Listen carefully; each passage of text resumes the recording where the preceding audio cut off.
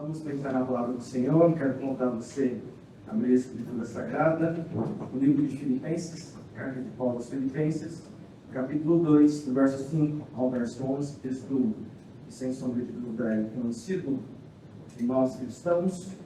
Quero, nessa ocasião, gastar ou investir um tempo na meditação desse texto com os irmãos. Filipenses, capítulo 2, do 5 ao 11. Sei que você esteve em pé durante muitos momentos, você vai ficar sentado agora um tempinho. Então, encontrou o texto, não fique em pé, por favor, só para a gente poder, aqui, em reverência mesmo a Deus e a sua palavra, nós vamos fazer essa leitura daqueles que puderem estar de pé, em reverência ao nosso Deus. Filipenses, capítulo 2, de 5 a 11. Diz assim a palavra do Senhor: tende em vós o mesmo sentimento que houve também em Cristo Jesus, pois ele, subsistindo em forma de Deus, não julgou como usurpação o ser igual a Deus. Antes, a si mesmo se esvaziou, assumindo a forma de servo, tornando-se em semelhança de homens e reconhecido em figura humana. A si mesmo se humilhou, tornando-se obediente até a morte e morte de cruz. Pelo que também Deus o exaltou sobremaneira, e lhe deu o nome que está acima de todo nome, para que ao nome de Jesus se dobre todo joelho nos céus, na terra e debaixo da terra, e toda língua confesse que Jesus Cristo é Senhor, para a glória de Deus Pai. Vamos orar? Pai, obrigado por podermos abrir o livro sagrado, santo livro inspirado, e termos aqui o privilégio, Deus, de investirmos um tempo da nossa semana, essa semana que se inicia, dedicando essas primícias dessa semana ao Senhor, em reverência, em estudo da Tua Palavra. Para nós é um privilégio, Deus, sermos chamados pelo Senhor à Sua presença nessa noite, nesse dia, onde já tivemos outros 2 cultos, e agora estamos no terceiro. Certamente alguns estiveram em todos eles, alguns em um ou em outro, mas o fato é que o Senhor nos chama à Tua presença e tem falado conosco ao longo desse dia sobre a Tua vontade e sobre o Teu querer na vida do Teu povo, das ovelhas do Senhor, aqui na Igreja Presbiteriana Unida de São Paulo. É impressionante, Deus, que muitas vezes, sem sombra de dúvida, nós não conversamos sobre as temáticas, mas muitas e muitas vezes aquilo que é falado ao longo do dia está em profunda sintonia, porque isso revela, Deus, a vontade do Senhor na vida da tua igreja e, de fato, aquilo que nós queremos, ó Deus. E eu creio de todo o meu coração nessa característica do Vox Dei, que é o Senhor, ó Deus, falando ao teu povo, aqui neste lugar, nesse momento, apesar de sermos homens pecadores e aqueles que estão aqui falando, do qual eu faço parte, sermos homens falhos, com limitações, com fraquezas, ó Deus, mas pela tua graça, o Senhor, ó Deus, nestes momentos tem falado e guiado a tua igreja como o pastor que conduz o rebanho nos dias dessa geração, por meio da fidelidade da exposição da tua palavra, Pai. Portanto, é o que pedimos ao Senhor nessa noite, ó Pai, fidelidade. A mim, pregador, ó Deus, tem misericórdia de mim, ó Deus, que eu possa expor de maneira fiel e expor a tua palavra, expor a escritura do Senhor, falar de ti, do teu reino, da tua glória, falar do teu Filho Jesus, porque Ele é a razão, o motivo de estarmos aqui nessa noite. Ele é o verdadeiro e único pastor desta igreja, e que Ele possa, ó Deus, ser aquele a ser reverenciado, estudado, e Ele mesmo venha abençoar os nossos corações. Senhor, é em Cristo que nós somos purificados também, e nós aqui à noite temos um culto mais objetivo de tempo, mas nós não queremos avançar sem, de fato, ó Deus, até porque hoje à noite, Santa Ceia, nós não queremos avançar, ó Deus, sem ter aqui também um momento de confissão de pecados, e aqui de maneira coletiva, como pregador da noite, eu peço ao Senhor perdão pelos meus pecados e pelos pecados dos meus irmãos, ó Pai. Purifica-nos, ó Deus, limpa-nos, lava-nos no sangue de Jesus, ó Pai, para que em Ti possamos, ó Deus, ser justificados mais uma vez, santificados, ó Deus, pelo Senhor, para que, ó Deus, avancemos a presença do Senhor, como diz o texto de Hebreus, ó Deus, com ousadia, mas com reverência, temor e tremor, diante do Santo dos Santos, do Rei dos Reis, para ouvir a Tua voz e para ter comunhão com o Senhor. Pai, abençoe a igreja do Senhor reunida aqui, de maneira física e presencial, mas também àqueles tantos que estão agora, nesse momento, ao vivo, acompanhando essa reflexão e esse culto, e àqueles que vão ouvir essa mensagem por conta dessa possibilidade da internet, de ter pessoas que daqui a um tempo vão encontrar essa mensagem nos sites da nossa igreja, e que, ó Deus, essa palavra sempre reverbere como um instrumento do Senhor para abençoar vidas, para a glória do Senhor. Seja conosco a tua bênção. Fale ao nosso coração, traga o nosso pensamento cativo à tua presença. Abençoa o teu povo. É a oração que podemos na tua presença. Agradecidos, em nome de Jesus. Amém. Vamos para se assentar. Meus queridos, duas coisas importantes a falar aqui antes da gente partir para a reflexão desse texto. Na verdade, são reflexões que eu sempre faço. Primeiro que isso eu tenho comigo, né? Acho importante que hoje é culto Santa Ceia, e é sempre bom quando a gente tem a possibilidade de, na mensagem, apontar para a Santa Ceia. Então, a reflexão toda dessa noite aponta o momento sublime que nós vamos ter daqui a pouquinho de ceia do Senhor. E para falar sobre a ceia do Senhor, nós precisamos falar de Cristo, né? E esse texto que nós estamos meditando aqui nessa noite é um texto que fala sobre algo que nós precisamos ter em mente quando pensamos acerca de Jesus Cristo. E essa é uma primeira coisa para se dizer. Nós, ao longo da mensagem, estejamos nos preparando para cear, olhando para isso que o texto ensina para nós. Uma segunda coisa a falar aqui também, como um preâmbulo, é como é importante nós sempre termos em vista esses textos cristológicos que a Escritura nos apresenta, e esse aqui de Filipenses é talvez um dos textos escritos pelo apóstolo Paulo que apresenta para nós uma profundidade, ao mesmo tempo que essa profundidade se dá de uma forma extremamente simples na colocação das palavras que o apóstolo Paulo faz. E isso não é fácil. Tem gente que quer ser simples e acaba sendo simplista. Tem gente que quer ser profundo e acaba sendo incompreensível. Paulo vai falar de coisas profundas e eternas aqui. E Paulo vai falar essa realidade que nós estamos meditando aqui nessa noite debaixo de pressão. Eu não sou dessa área, mas diz que é debaixo de pressão que se formam diamantes, né? Aqui nós temos um diamante.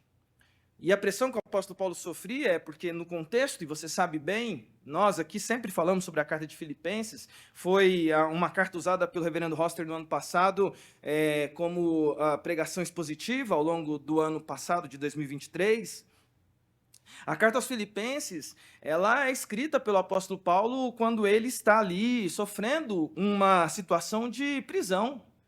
E ela é escrita também a um grupo que enfrentava naqueles dias um contexto de oposição que surgiu ali na cidade de Filipos, que aqueles cristãos que ali tinham chegado, eles chegaram ali e começaram, na verdade, estavam ali naquela cidade, aquela igreja nasce ali, mas chega ali na cidade de Filipos um destacamento do Império Romano que começa a causar ali uma opressão sobre os cristãos ali da cidade de Filipos, e é debaixo dessa pressão que eles estão sofrendo que eles começam, em alguma medida, a questionar, a ceder, a se angustiar, a enfraquecer, a desanimar. E essas notícias chegam até o apóstolo Paulo, que estava também em prisão, e é nessa pressão que ele escreve talvez um dos diamantes que nós temos aí na Escritura, porque a carta aos Filipenses também é chamada de carta da alegria. Você sabe disso.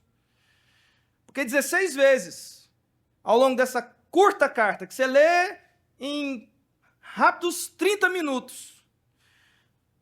Isso numa leitura devagar. Se você é da leitura dinâmica, você lê mais rápido. 16 vezes o apóstolo Paulo fala e trata e trabalha nessa perspectiva dupla, tanto dele olhar para si, quanto ele fala para os primeiros leitores, que são os cristãos de Filipos, sobre a importância de, mesmo em meio às adversidades, manifestar um coração grato, um coração alegre, um coração que celebra, mesmo em meio às dificuldades. Na verdade, a igreja de Filipos, que a gente tem ali um histórico dela, que a Bíblia nos apresenta, desde o livro de Atos, ela é também esse diamante, porque ela nasce debaixo de pressão. E é magnífico a gente perceber isso, porque aqui também está falando de um diamante. Ele está falando do ministério de Jesus. Eu quero pensar com vocês aqui nessa noite em dois aspectos, aprendendo. Eu gosto de mensagens no gerúndio, viu? Amo. Tem gente que não gosta de gerúndio, mas eu gosto. Aprendendo, porque é um ato contínuo. A gente está sempre aprendendo. Aprendendo com o caráter de Cristo. Aprendendo com o caráter de Cristo. Duas características aqui para a gente pensar nessa noite. Em que nós podemos aprender com o caráter de Cristo? Em primeiro lugar, eu quero falar com vocês aqui nessa noite, aprendendo com a sua humildade. O texto para nós aqui do apóstolo Paulo, quando ele está escrevendo esses irmãos angustiados, ele faz aquilo que a igreja sempre tem que fazer, e é uma referência para nós. No meio da angústia, olhe para a cruz. Mas não olhe apenas para a cruz, mas olhe para a obra feita na cruz. Aquele que foi à cruz e venceu a cruz e ressuscitou, olhe para Jesus. E a primeira coisa que me vem aqui, quando a gente olha para esse texto, aprendendo com o caráter de Cristo, é que nós precisamos ter diante de nós a humildade de Jesus. Veja, humildade é um negócio interessante de se falar, mas quando a gente fala da humildade de Jesus, e parece que é uma coisa básica, uma coisa basilar, uma coisa que a gente sempre repete, mas o meu desafio com você aqui é a gente tentar avançar um pouquinho. Vamos esticar um pouco esse conceito? O que é a humildade de Jesus? Veja o que o apóstolo diz, e vamos tentar, por aquilo que ele diz, encontrar o que significa essa humildade. Vamos lá do versículo 5 até o versículo 8, parte A. Diz assim: tende em vós, é exortativo, o mesmo sentimento que houve também em Cristo Jesus. Pois ele, subsistindo em forma de Deus, não julgou com usurpação ser igual a Deus. Antes, a si mesmo se esvaziou, assumindo a forma de servo, tornando-se em semelhança de homens e reconhecido em figura humana. A si mesmo se humilhou. Essa primeira parte aqui, até o versículo 8, parte A, nós podemos resumir dizendo que Paulo está falando da beleza, da humildade de Jesus. E em que sentido que ele está falando para nós aqui? Bem, e é muito bonito, como eu estava falando aqui na oração, né? Nós não combinamos nada, mas as nossas músicas hoje falaram sobre isso. A oração do seminarista Gustavo falou sobre isso. O que é que nós falamos aqui? Falamos sobre os atributos de Deus. O que são os atributos de Deus? São as características de Deus. E Deus, o Deus triuno a quem nós adoramos, ele tem alguns atributos que são chamados de incomunicáveis. O que significa isso para nós? Deus não passou isso para os homens. Quando o apóstolo Paulo está falando aqui de que Jesus, sendo Deus, não julgou como usurpação ser igual a Deus, antes a si mesmo se esvaziou, assumindo forma de homens, e diz que ele a si mesmo se humilhou, nós conseguimos ver aqui várias coisas, mas eu quero destacar aqui a humildade de Jesus em dois aspectos. Veja, a tentativa é esticar um pouquinho, porque o que é a humildade? Se não o que o próprio apóstolo Paulo está falando aqui, que é abrir mão. Se você estuda a pessoa do Redentor, a pessoa do Mediador, a segunda pessoa da Trindade, a pessoa de Jesus Cristo, você vai perceber que ele é Deus eterno, sempre foi, sempre é e sempre vai existir, Alfa e Ômega. A Bíblia assim nos apresenta. Entretanto, o apóstolo Paulo diz que para Jesus vir a este mundo, ele precisou se esvaziar. E você já parou para pensar o que isso implica? Bem, duas coisas aqui muito rápidas aqui para a gente pensar. Duas áreas, dois atributos incomunicáveis que Jesus precisou se esvaziar sendo Deus Filho. Ao se encarnar, Jesus abriu mão de um atributo, se esvaziou da sua independência. Isso é humildade. Bem, deixa eu explicar para você um pouquinho mais sobre independência. Quando Jesus se encarna, ele não deixa de ser Deus, mas ele abre mão de atributos de Deus. E ele abre mão da sua independência em aspectos muito interessantes, porque, por exemplo, Deus, no seu ser, ele é independente. O que isso significa?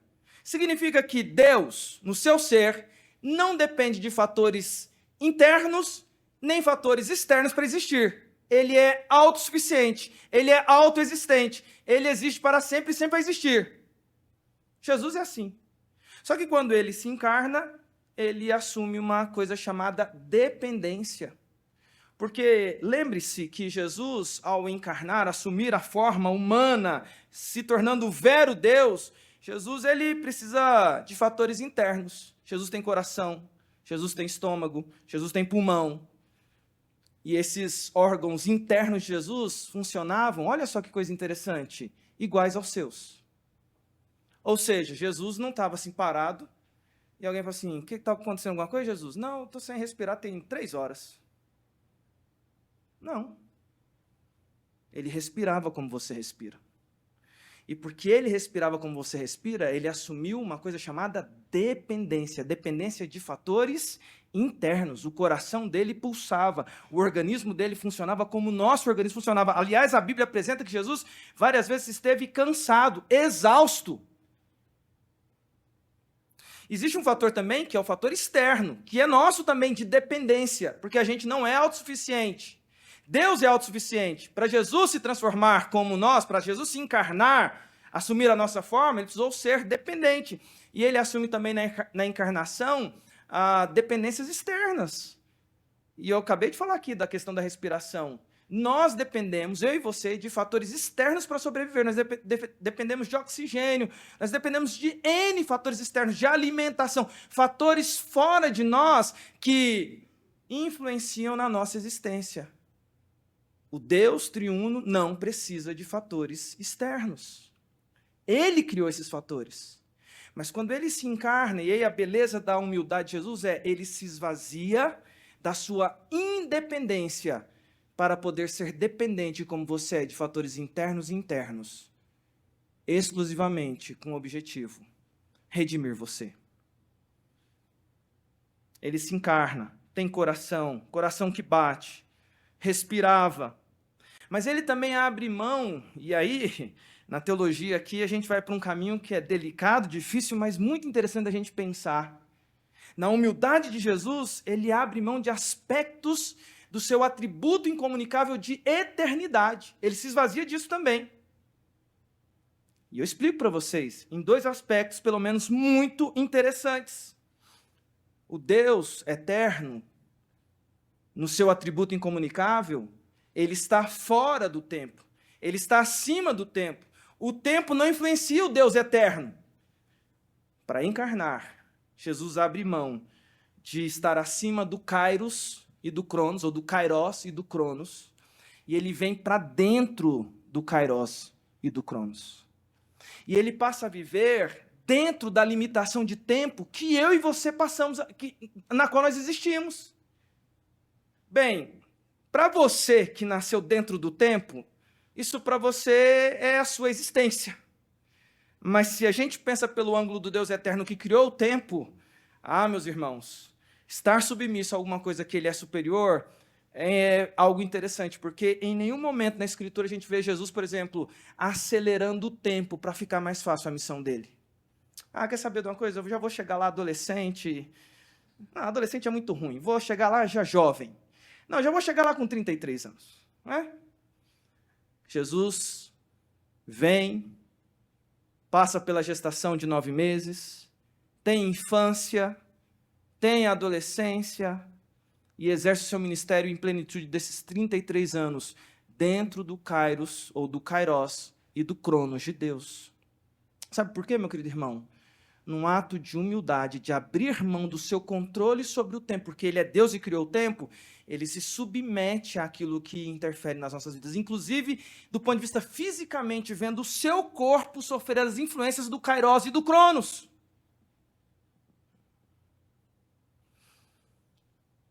Eu acho interessante isso porque eu particularmente gosto muito de viagem no tempo, né?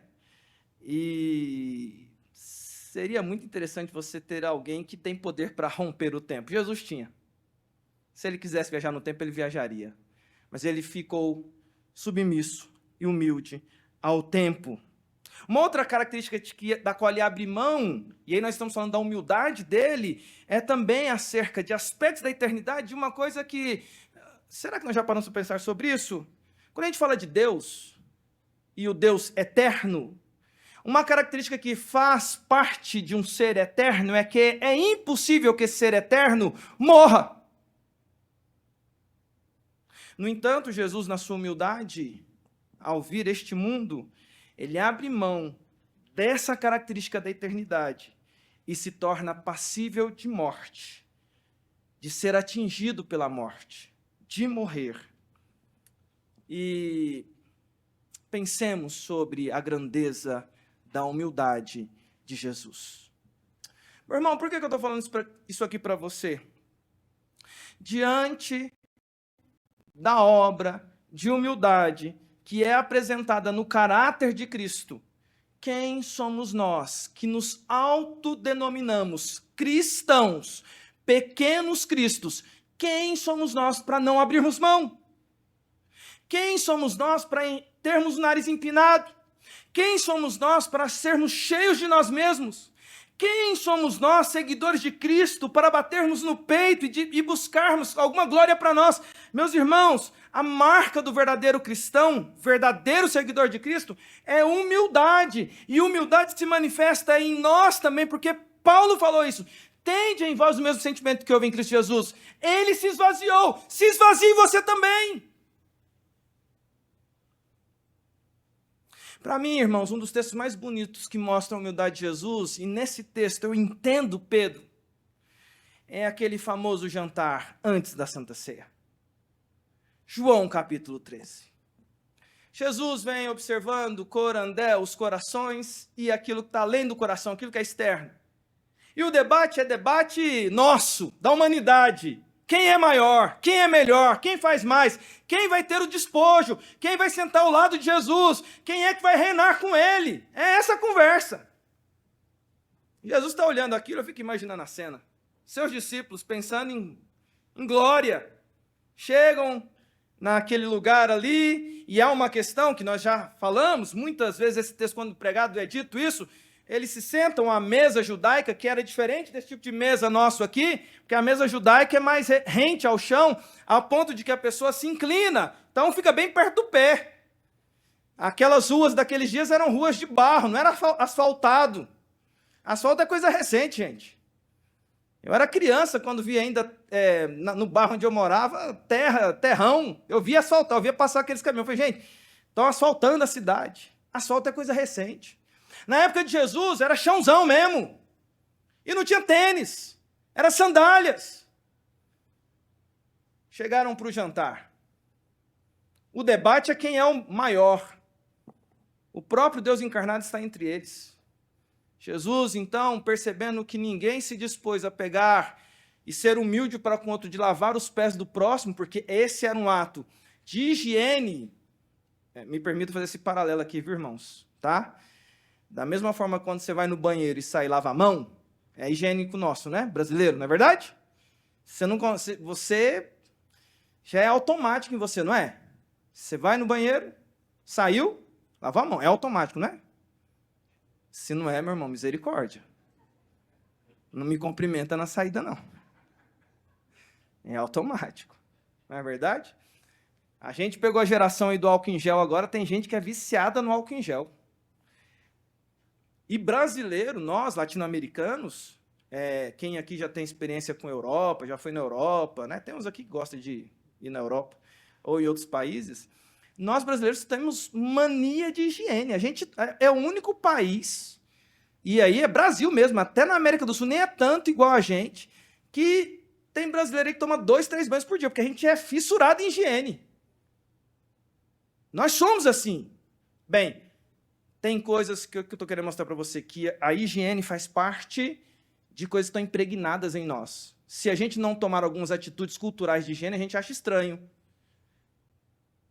João 13, quando eles entram para a ceia e não lavam os pés, aquilo era estranho para aquela cultura.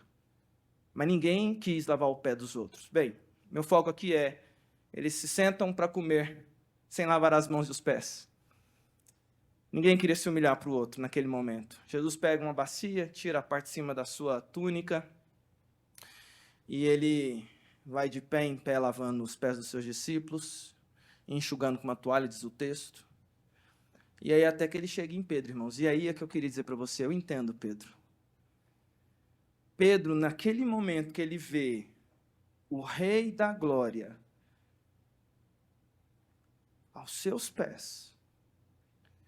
E Pedro, se vendo quem ele era, ele de imediato, numa reação imediata, diz assim: os meus não, Jesus, eu não sou digno.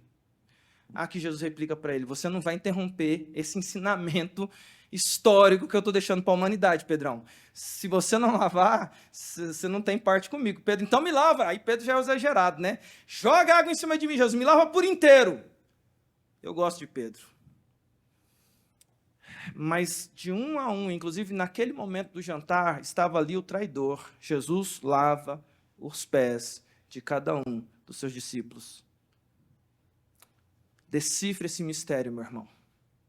O Rei do Universo se esvazia humildemente e faz o serviço do escravo comum, que era ele que deveria lavar os pés das pessoas que entravam para jantar.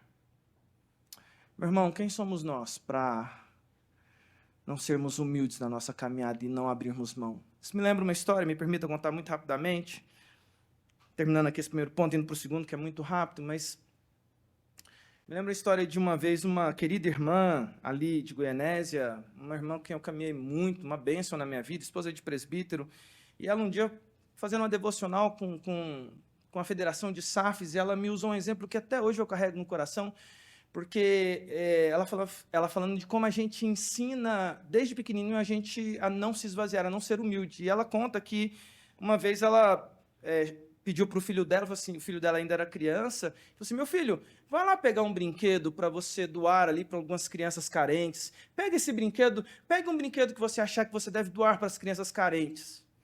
E aí, daqui a pouco, vem o filho dela com um brinquedo que ela tinha acabado de dar para o filho. Um brinquedo novo, brinquedo caro, um brinquedo daquele assim que custou. E ela, imediatamente, falou assim: não, meu filho, esse não, meu filho. Pega do outro. Esse aqui tá novinho. Pega aqueles lá que você não brinca mais. E ele falou assim, e ele, numa sabedoria de criança: mamãe, você não falou para dar o melhor para o outro? Eu estou dando o meu melhor. E naquele momento cai a ficha dela e fala assim: meu Deus, como é que a gente ensina a dar o resto, achando que a gente está fazendo coisa boa? Meu irmão, olhe para Jesus como Paulo nos convida a olhar para ele nessa noite, diz assim: ele, sendo Deus, se esvaziou por inteiro para te salvar. Quem é você para não se esvaziar na sua caminhada? Em nome de Jesus, sejamos humildes. Até porque a gente tem resistência. A Bíblia diz que Deus resiste ao soberbo, mas ele está próximo daqueles que têm coração humilde. Que a Igreja Unida de São Paulo, eu e você, sejamos reconhecidos por Jesus como pessoas humildes. Em segundo lugar, meu argumento com você, sim, primeiro nós temos a característica aqui da humildade de Jesus. Em segundo lugar, a característica que me chama a atenção aqui, dando sequência ao texto, é a obediência de Jesus. Olha o que diz lá Filipenses capítulo 2, verso 8 em diante. Filipenses 2, a partir do verso 8, parte B em diante. Vamos ler o 8 inteiro. Assim mesmo se humilhou, tornando-se obediente até a morte de cruz. Pelo que também Deus o exaltou sobremaneira, ele deu um nome que está acima de todo nome, para que ao nome de Jesus se dobre todo o joelho nos céus e na terra, e debaixo da terra, e toda língua confesse que Jesus Cristo é Senhor, para a glória de Deus Pai. Em segundo lugar, meus queridos irmãos, a obediência de Jesus me chama a atenção, e me chama a atenção na seguinte perspectiva, meu querido irmão, quando eu penso na obediência de Jesus, isso mexe comigo profundamente, porque aqui nós estamos diante de algo que parece para nós comum, mas é extremamente incomum. Porque quem é Jesus? Quem é a segunda pessoa da Trindade? Quem é a pessoa do Redentor? Quem é a pessoa do Deus Filho? Ele é o Rei da Glória. Ele é o Alfa e Ômega. Ele, segundo a Escritura, estava lá quando tudo foi criado. Ele é chamado por João de o Verbo de Deus. Ou seja, quem é Jesus? Ele é quem dá ordem. Jesus é aquele que ordena e os outros obedecem. Se você pega o Evangelho de Marcos, o começo do Evangelho de Marcos é Jesus dando ordens e todo mundo obedecendo. Seja que poder for, Jesus ordenou, tem que ser obedecido, porque ele é o rei. Rei, que é diferente para nós aqui do ponto de vista histórico, porque a gente já não vive monarquia há muitos anos, a gente é república há muitos anos, mas rei, meu irmão, rei, quando o rei fala, ninguém questiona. Quando o rei manda, todo mundo obedece. E família real é desde pequenininho o príncipe sendo ensinado a ter um monte de gente obedecendo ele, porque está aprendendo a mandar, a ser rei. Ele manda e os outros obedecem. Aqui não. Temos o Rei da Glória, que resolve obedecer. E a quem que ele obedece? A gente tem uma característica interessante aqui, porque a gente vê isso em Isaías 42, Mateus capítulo 4. Na verdade, a gente vê isso na Escritura inteira, que Jesus, ele tem, o tempo inteiro, quando ele tinha a oportunidade de falar, ele falava assim, olha, o meu prazer é fazer a vontade de quem me enviou. O meu prazer é fazer a vontade do meu Pai. O meu prazer é fazer a vontade do meu Pai. Então nós temos uma característica aqui que a obediência de Jesus é ao Pai e à sua vontade. É uma obediência também que subjaz a sua missão. É uma obediência a um projeto de amor sacrificial. E eu gosto muito de pensar sobre isso porque a obediência de Jesus é uma obediência que também ela tem características, porque ela é prazerosa, como eu falei para você, que ele fala, o meu prazer é realizar a missão, o meu prazer é fazer a vontade do meu Pai. E nesse cumprir a missão, é uma obediência completa. Meu irmão, eu desafio você a olhar para a Escritura e ver em algum momento Deus Filho, na sua missão de obediência, em algum momento andando pela terra, falando assim, por que eu fui ver esse mundo, hein? Nossa, aqueles fariseus são terríveis. Salvar essa humanidade, por que eu vim? O que eu vim fazer? O que eu tinha que encarnar? Meu irmão, nós nunca encontramos na boca de Jesus nenhum tipo de murmuração acerca da sua missão. Por que é que você murmura tanto na sua caminhada, meu querido irmão? Por que é que nós reclamamos tanto ao longo da nossa caminhada cristã? Jesus, e veja, a missão de Jesus é a principal missão e é uma dolorosa missão que também é uma submissão. Porque se você olha lá para a Trindade, tem uma coisa importante se dizer aqui sobre a Trindade, para ficar bem claro aqui esse aspecto aqui dessa característica. A gente tem na nossa mente de organograma, de vivência, de relacionamentos, que são fundamentados em várias coisas, que quando alguém obedece, é porque ele é menor. Não é verdade? Quem dá ordem é maior, quem obedece é menor. Deixa eu dizer isso aqui para você, Jesus não é menor, nunca foi e nunca será. Deus triuno, mesma glória, mesmo poder, mesma majestade, alfa e ômega, Deus triuno perfeito. Portanto, o Filho não é menor que o Pai, nem o Pai menor que o Filho, nem o Espírito menor que o Filho, nem que o Pai. Iguais, triunos, triuno, para corrigir certinho. Se ele não é menor, por que ele obedece? É uma coisa chamada submissão. Que a nossa sociedade pegou essa palavra e rasgou.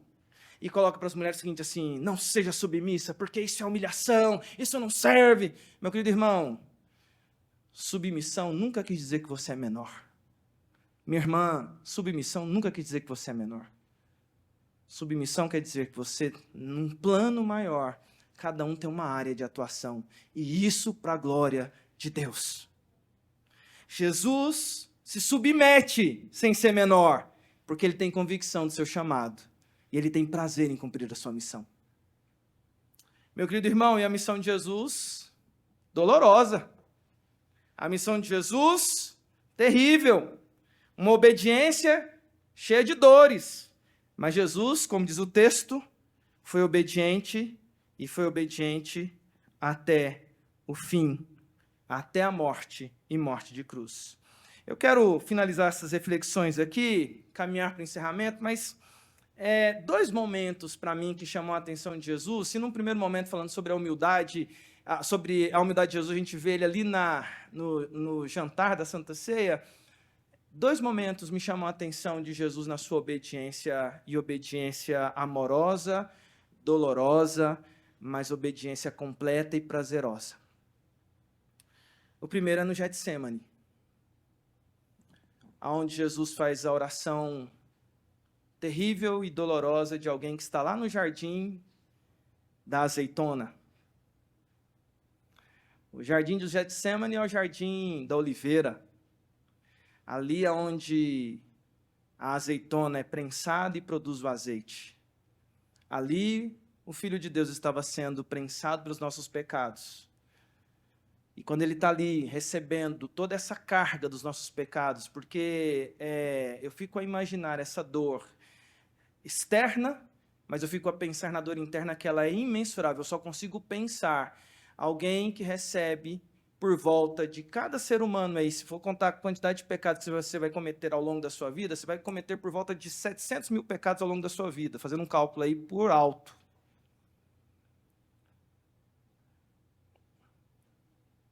Todos os seus pecados depositados de uma vez em Jesus. Mas não só os seus, mas de todos os eleitos. E Jesus começa a sofrer essa angústia no seu coração.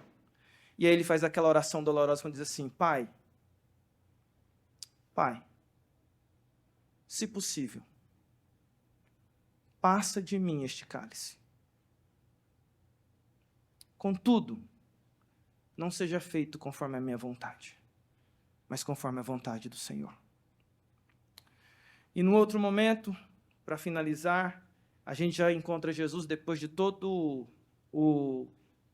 a tortura que antecede a cruz e a cruz.